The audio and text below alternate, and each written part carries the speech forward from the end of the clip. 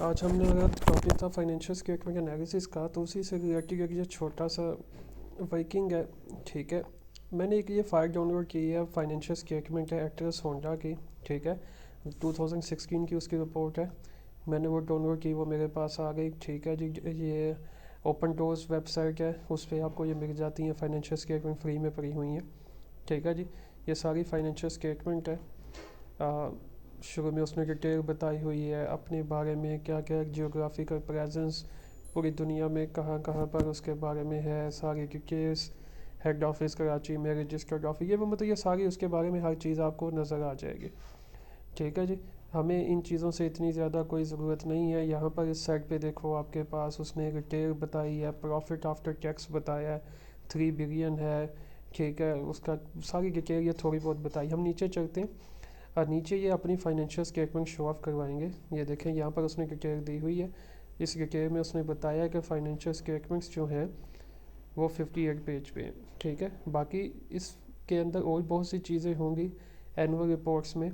ठीक है, पूरी की पूरी डिटेल होगी बिज़नेस के बारे में, बट लास्ट पे जाके दरमियान में उसने उसके बारे में इंफॉर्मेशन भी दी होगी। ये उसका शेयर होल्डर्स, उसका सारा का सारा ऑर्गेनाइजेशन का चार्ट कैसे है, आपको हर चीज़ मतलब यहाँ पर नज़र आ जाती है। ठीक है जी, अब ये उसने अपना शेयर्स का क्या दिया हुआ है कि मार्केट प्राइस उसकी कितनी है, क्या के एस सी और एल एस सी के अंदर। K S C L S C Lahore stock exchange और K S C Karachi stock exchange, अब आपको पता है कि ये दोनों जो है वो जॉइंट करके तो अब पाकिस्तान स्टॉक एक्सचेंज बना दी गई है। ठीक है जी, तो ये उसने अपनी शेयर्स की प्राइस आपको बताई हुई है मंथली बेसिस पर कि इतनी हमारी शेयर्स की प्राइस रही है। ठीक है, ओके जी। देन उसके नीचे ये सिग्निफिकेंस, जो भी उसने एडवांटेजेस या जो भी अचीवमेंट हासिल की हैं उनके बारे में बताते जाएंगे। ये डायरेक्टर्स रिपोर्ट है शेयर होल्डर्स को। ठीक है जी, अब इसके अंदर उन्होंने बताया कि हमारा कितना प्रॉफिट हुआ। ठीक है, और कितना हमने इसमें के ऊपर टैक्स पे किया, प्रॉफिट आफ्टर टैक्स हमारे पास कितना आया। ठीक है, अब इसको देख के मुझे ये पता लग रहा है कि जी कंपनी ने इस साल कितना टैक्स पे किया। ठीक, और कंपनी का कितना प्रॉफिट है और कितना वो डिविडेंड देगी, कितना उसके बारे में डिटेल देगी। ठीक है जी, अब यहाँ पे देखें, उसने बताया कि जी प्रॉफिट अवेलेबल कितना था ये 2016 के अंदर, 37,65,939 रुपीज़। ठीक है, वो 000 का मतलब है कि हज़ारों में ये वैल्यू दी गई है, यानी कि मिलियन गिन रहे। उसमें से उसने कितना किया, जनरल रिजर्व में 830 शामिल कर दिया, और कैश डिविडेंड कितना दे दिया, वो 14,99,396 ये उसने डिविडेंड दे दिया। मुझे इसको देख के पता लग रहा है कि यार ये कंपनी जो है ये इतना डिविडेंड दे रही है। अब 2015 के अंदर इसने डिविडेंड दिया है 12,40,000। ठीक है, 1240। अब मुझे ये पता लग गया कि यार इस साल पिछले साल की निस्बत डिविडेंड ज़्यादा दिया है, इसका मतलब इसकी ग्रोथ ज़्यादा है। पिछले साल इसका प्रॉफिट जो था वो मतलब 283,361 था, इस साल 376,5,939 है। तो डेट में जिस साल प्रॉफिट बढ़ा तो इसने डिविडेंड भी ज़्यादा दे दिया। अब मैं सोचूंगा कि यार ये डिविडेंड ज़्यादा दे रही है, तो मतलब मुझे इसके शेयर्स में इन्वेस्ट करना चाहिए, मुझे इसके शेयर्स खरीदने चाहिए। तो ये चीज़ ये हमें फाइनेंशियल स्टेटमेंट से नज़र आ रही होती। अब आगे देखें, अर्निंग पर शेयर है, ये अर्निंग पर शेयर गिवन है आपको। अर्निंग पर शेयर में वो क्या बोल रहा है, the basic and diluted earning per share after tax is 29 rupees, कि एक शेयर के ऊपर उसने 29 रुपये का प्रॉफिट आपको मिल रहा है, जबकि 2015 के अंदर ये 22.73 था।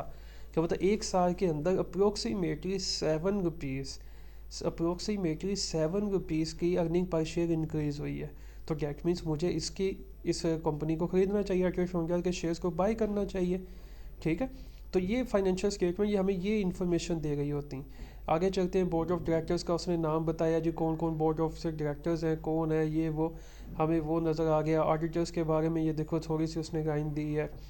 ठीक है, आगे डिटेल मज़ीद भी हमें नीचे नज़र आ जाएगी। हम नीचे चलते हैं, वो सारा का सारा ये अपने बारे में, वो अब उर्दू इंग्लिश क्योंकि पाकिस्तान में दोनों चलती हैं, तो डैट्स वाई उर्दू इंग्लिश दोनों को एक्सप्लेन किया जा रहा है। ठीक है जी, अब ये उसने उर्दू के अंदर बता दिया कितना डिविडेंड है, वो सारे को जो भी हम इंग्लिश में पीछे पढ़ कर आए। ठीक हो गया जी, ओके जी। आगे चलते हैं, आगे मज़ीद फाइनेंशियल स्टेटमेंट्स की तरफ मूव करते हैं। ये सारी की सारी इसकी डिटेल्स है, उसने अपनी बाइक्स के बारे में बताई हुई है। ओके जी, अब ये देखो यहाँ पर ये रेशियोज़ उसने दी हुई हैं। ठीक हो गया जी। अब प्रॉफिटेबिलिटी रेशियोज दी 2016, 15, 14, 13, 12, 11 अप्रोक्सीमेटली 6 सालों का उसने बताया हुआ है कि हर साल कितना उसका डिफरेंस आ रहा है। अब देखो सबसे पहले ग्रॉस प्रॉफिट मार्जिन कि ग्रॉस प्रॉफिट कितना था उसके बारे में पता लग रहा है। 2016 में 10.3 है, 2011 में 7.5 था। प्रॉफिट बिफोर टैक्स 7.4 है, उस टाइम 4.3 था। Net profit margin, return on capital, return on equity, return on equity before tax, after tax, return on assets, अब ये सारी चीज़ें मुझे यहाँ पे नज़र आ रही हैं। Earning before interest and tax, earning before interest and tax after depreciation and amortisation margin, फिर उसके नीचे ये इक्विटी रेशियोज़। अब ये सारी की सारी रेशियोज़ मेरे सामने हैं कि कितना उसने कैश डिविडेंड दिया पर शेयर के ऊपर, कितना स्टॉक डिविडेंड दिया है, बोनस शेयर्स कितने दिए हैं, earning per share, price earning ratio, efficiency ratio, asset turnover, inventory turnover, debtors turnover, creditors turnover, ठीक है, ऑपरेटिंग साइकिल आ गया, लिक्विडिटी रेशियो, करंट रेशियो कितनी है, हर चीज़ मुझे यहाँ पर नज़र आ रही है। ठीक हो गया। अब ये सारा कुछ हमारे सामने है डाटा। अब मैं इनको देखकर, इन फाइनेंशियल स्टेटमेंट को देखकर मैं एनालिसिस करता हूँ यार मुझे इसमें करना चाहिए कि नहीं करना चाहिए। अब एक ये फर्म है, सेम ऐसे ही मैं कोई एक और कंपनी की भी लूँगा, ठीक है, उससे भी दे चेक करूँगा और दोनों को फिर आपस में कंपेयर करके फिर देखूँगा मुझे किस कंपनी के शेयर्स में इन्वेस्ट करना है। ठीक है जी। अब इस साइड पे ये ड्यू पॉइंट एनालिसिस आज की, वो उसके अंदर जो सबसे ज़्यादा आपको मुश्किल लग रहा है, जो आप कहेंगे यार कितना फार्मूला है वो सारा कुछ, तो वो ये अब देखें, return on equity 27%, ownership ratio, return on assets, फिर उसके अंदर total assets, owner equity, assets turnover, net profit margin. मैंने को बताया ना कि जो जो ड्यू पॉइंट एनालिसिस है उसके अंदर बहुत सी दूसरी स्टेटमेंट्स अंदर उसने बहुत सी दूसरी रेशियोज़ को ऐड किया हुआ है जो बहुत ज़्यादा डिटेल में आपको बात बता देता है। अब इससे आपको बड़ी हैवी चीज़ें जस्ट एक ये ड्यू पॉइंट देखने से आपको पता लग जाता है कि यार रिटर्न ऑन एसेट्स इतना आ रहा है, नेट प्रॉफिट मार्जिन इतना है, ओनर्स इक्विटी इतनी है, टोटल एसेट्स इतनी है, टोटल लायबिलिटीज़ इतनी है, हर चीज़ आपको यहाँ पे नज़र आ जाती। ठीक है जी। ओके जी, थोड़ा सा और नीचे चलते हैं। ये शेयर होल्डर्स इक्विटी सारा कुछ अब ये देखें, ये बैलेंस शीट आ गई। अब मुझे देख के पता लग गया कि यार इस साल इसके पास ये सबसे पहली रैंक को देखें, प्रॉपर्टी प्लांट एंड इक्विपमेंट 2016 में 5817 है, पिछले साल 2011 में 3259 था। तो मुझे पता लग गया कि यह कंपनी ग्रो कर रही है। ठीक है। तो मुझे जिस चीज़ को इन्फॉर्मेशन चाहिए, अगर फर्स्ट करो मैं बैंक हूँ, मैं भी इन्वेस्टर को छोड़ के चलो बैंक की तरफ जाता हूँ, वो जो मैंने यूज़र्स की बात की, ठीक है, एक तो इन्वेस्टर्स था ना, उसे डिविडेंड देखना है, वो सारा कुछ उसने देख लिया। दूसरा बंदा हमारे पास लेट अज्यूम बैंक है जी। बैंक अब देखना चाहती है कि यार मैं इस एक्ट्रेस होंडा को लोन दूँ कि ना दूँ। ठीक हो गया जी। अब वो नीचे आ जाती है इक्विटी वाले पोर्शन में, लाइबिलिटीज़ में। नॉन करंट लाइबिलिटीज़ में लॉन्ग टर्म बोरिंग कितनी है, कोई नहीं जी। डेफर्ड लाइबिलिटीज़ कितनी है, 781, 773। अब मैं ये देख रहा हूँ कि यार इसका कोई भी लॉन्ग टर्म बोरिंग नहीं है, इसने कहीं भी किसी बैंक से कर्जा नहीं लिया हुआ। तो अगर ये मुझसे कर्जा चाहती है तो देखो इसके आगे की कोई कितना कर्जा नहीं, कंपनी प्रॉफिट में जा रही है, कंपनी की हर साल ग्रोथ हो रही है, हर साल प्रॉफिट इंक्रीज़ हो रहा है, तो मुझे इसको कर्जा दे देना चाहिए। तो बैंक्स इसके ऊपर ट्रस्ट कर लेंगे, ठीक है, बैंक को लोन दे देंगे।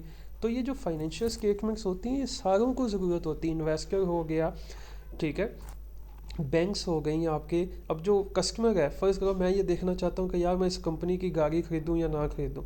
अब मैं ये देखता हूँ कि यार इसकी जो गाड़ी है देखो हर साल कंपनी का प्रॉफिट बढ़ रहा है, तो कोई तो बात है ना, जो लोग इसकी चीज़ें प्रोड्यूस कर रहे हैं, लोग इसकी चीज़ें ले रहे हैं, जो ये प्रोडक्शन कर रही है, तो डैट मीन्स इसकी चीज़ों की क्वालिटी अच्छी होगी डेफिनेटली।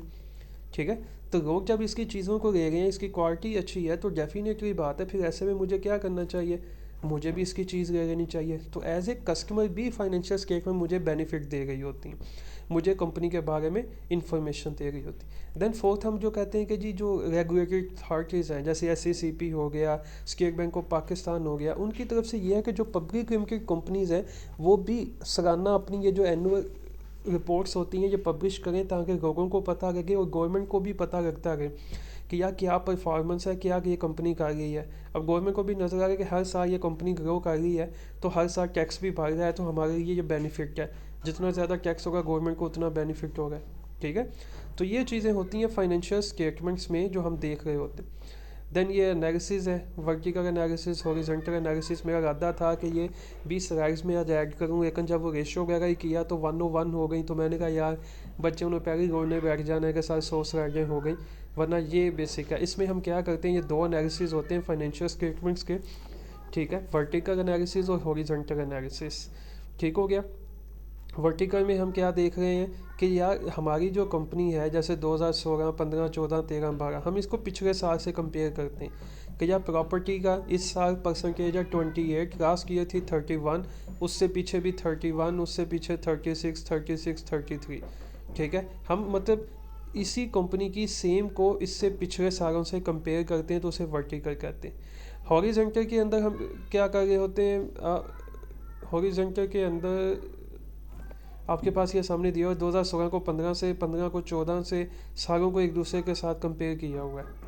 सॉरी, ये मिक्स हो गया। हॉरिजॉन्टल के अंदर हम उसको पिछले साल के साथ कंपेयर कर रहे होते हैं कि पिछले साल से इस साल कितनी चेंज आ गई है, और वर्टिकल के अंदर हम उसको सेल्स के साथ कंपेयर कर रहे होते हैं। ठीक है, टोटल के साथ। एसेट्स है तो टोटल एसेट्स के साथ करेंगे। अगर इनकम स्टेटमेंट का वर्टिकल एनालिसिस है तो हर चीज़ को, हर एक्सपेंस को सेल्स के साथ कंपेयर करेंगे।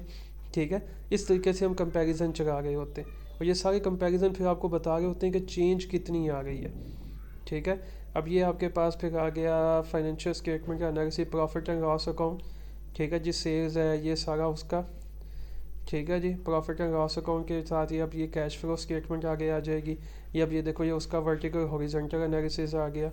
ठीक है, तो ऐसे आपको हर चीज़ गिवन होती है। ठीक है, कितना हो रहा है, फाइनेंशियल स्टेटमेंट सारी की सारी इस रिपोर्ट के अंदर दी जाती हैं, ताकि आप एनालिसिस कर सको और देख सको आप जिस पोजीशन पर भी हो। आप उस कंपनी के कस्टमर हो, आप उस कंपनी को लोन देने वाले हो, आप उस कंपनी में इन्वेस्ट करने वाले हो, आप उस कंपनी के लिए रेगुलेटरी अथॉरिटीज़ हो, सब कुछ। अब ये आर्टिकल रिपोर्ट भी दी गई है, इसके अंदर वो बताएगा कोई गलती है कि नहीं है, क्या है, क्या इश्यूज़ हैं, वो सारी बातें भी गिवन होंगी। ठीक है, तो ये था, इस तरीके से फाइनेंशियल स्टेटमेंट्स को हम एनालाइज करते हैं। ठीक है, मैं आप लोगों को एक छोटी सी असाइनमेंट भी दूंगा, आप लोगों को एक फाइनेंशियल स्टेटमेंट हर कंपनी की दूंगा। आप उसका ये छोटा सा एनालिसिस जो है वो चेक करके बताओगे कि जी इस कंपनी की प्रोग्रेस बढ़ रही है कि नहीं बढ़ रही, इसमें कोई बेनिफिट हो रहा है कि लॉस हो रहा है, ये चीज़।